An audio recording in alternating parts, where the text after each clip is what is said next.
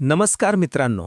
आजच्या या व्हिडिओमध्ये आपण पाहणार आहोत 2026 मधील महत्त्वाचे चालू घडामोडी प्रश्न आणि त्यांची अचूक उत्तरे. चला तर मग सुरुवात करूया. प्रश्न 1. खेलो इंडिया हिवाळी क्रीडा स्पर्धा 2026 मध्ये कोणत्या संघाने पदक तालिकेत प्रथम स्थान पटकावले आहे? योग्य उत्तर आहे भारतीय लष्कर. भारतीय लष्कराने एकूण 23 पदके जिंकली. त्यामध्ये 9 सुवर्ण, 6 रौप्य आणि 8 कांस्य पदकांचा समावेश आहे आणि स्पर्धेत अव्वल स्थान पटकावले. प्रश्न 2. भारत आणि स्वीडन दरम्यान AI सहकार्यासाठी कोणत्या नवीन कॉरिडॉरची स्थापना करण्याबाबत स्वाक्षरी करण्यात आली आहे? योग्य उत्तर आहे SITAC. हा करार प्रगत रशन शोधन आणि औद्योगिक नवोपक्रमासाठी भारत आणि स्वीडनच्या ताकदीला जोडतो. प्रश्न 3.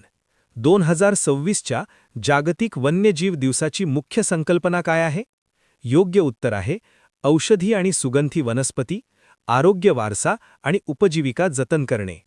3 मार्च 2026 रोजी साजऱ्या होणाऱ्या वन्यजीव दिवसासाठी ही थीम निवडली गेली आहे. प्रश्न 4.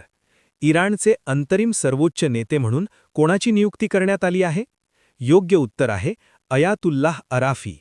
खामेनी यांच्या मृत्यूनंतर अराफी यांची अंतरिम सर्वोच्च नेते म्हणून निवड करण्यात आली. प्रश्न 5. लाईट कॉम्बॅट हेलिकॉप्टर प्रचंडमध्ये उड्डाण करणारी पहिली भारतीय महिला राष्ट्रपती कोण ठरल्या आहेत? योग्य उत्तर आहे द्रौपदी मुर्मू. 15व्या राष्ट्रपती द्रौपदी मुर्मू यांनी 2026 मध्ये प्रचंड हेलिकॉप्टरमधून उड्डाण करून हा मान मिळवला. प्रश्न 6. तेलंगणा पोलिसांनी सायबर फसवणुकीला आळा घालण्यासाठी कोणते विशेष ऑपरेशन सुरू केले आहे? योग्य उत्तर आहे ऑपरेशन क्रॅकडाऊन. सायबर गुन्हेगारीचे जाळे उद्ध्वस्त करण्यासाठी आणि बनावट बँक खात्यांचा वापर रोखण्यासाठी हे ऑपरेशन राबवले जात आहे. प्रश्न 7.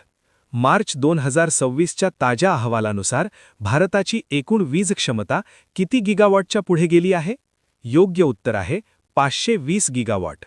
भारताने 500 गिगावॉटच्या टप्पा ओलांडत आता 520 गिगावॉटचा नवा मैलाचा दगड गाठला आहे.